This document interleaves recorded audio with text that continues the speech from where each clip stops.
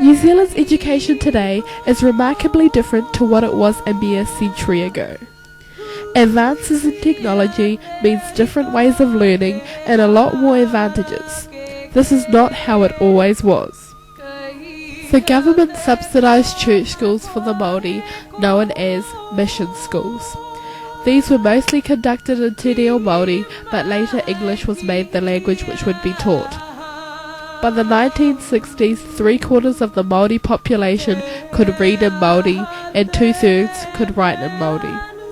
The New Zealand Wars eventually forced the closing of these mission schools. Soon after this, James Henry Pope produced the Native Schools Act of 1867.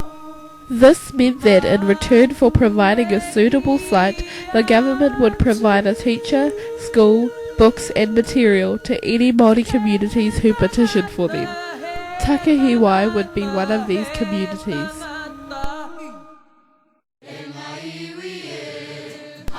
Takahiwai Native School was said to have been opened in 1899. It was set up according to the Native Schools Act of 1867. A building was barged from Taiharuru to Takahiwai Beach and up a fairly steep hill to its first site. Although children arrived at school through different means, the constant road and access problems prompted the shift to the new site. The land of the first site was officially swapped with Paeroa Honetana for the current site. Tautohe Paki also donated 2 acres of his own land found across the road from the school, which was used as the school gardens. This school was the primary education for a majority of Takahiwai's residents, and it was seen to be no disadvantage at all. Spent all my primary school years in the Takahiwai Native School. I started there in 1945 and finished in 1952. We enjoyed ourselves. We were only a very small school by New Zealand standards, a total roll of about 30. Probably the highest it went while I was there was 35, 36. Although small, Takahiwai Native School was still like any big school, with all the normal procedures and events. We would go in the summertime. We would have our sporting teams. We would go swimming in the creek down below the school there.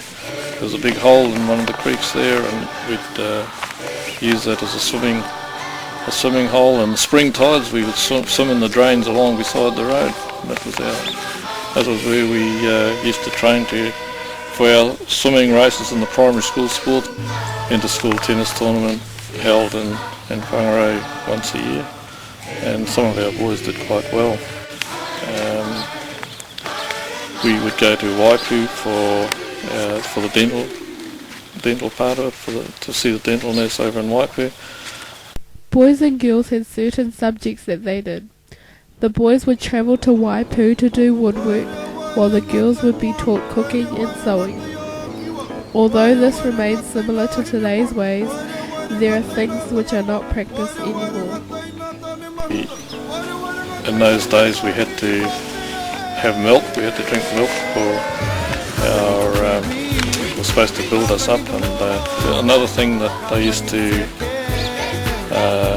get us to have in native schools was either cod liver oil or Maltex.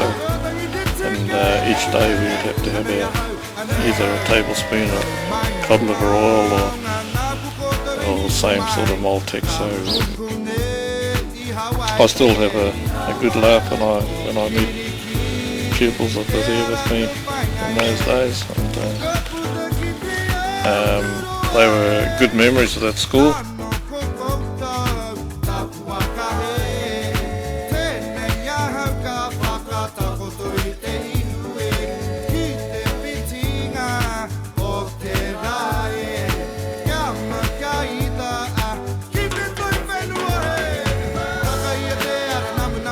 When Takahiwai Native School changed its status from a native to a Māori school in 1960, it only lasted 13 years before it permanently closed in 1973 due to declining numbers. 18 months later, a meeting was held to see what the descendants of the donors of the original Takahiwai Native School would like to see done with the building. Eventually, the buildings were placed under the Takahiwai Marae Committee and are now rented out to members of the Patuhara Keke Hapu. They were good memories of that school, and I don't think I'd have it any other way if I had a choice again. We enjoyed ourselves.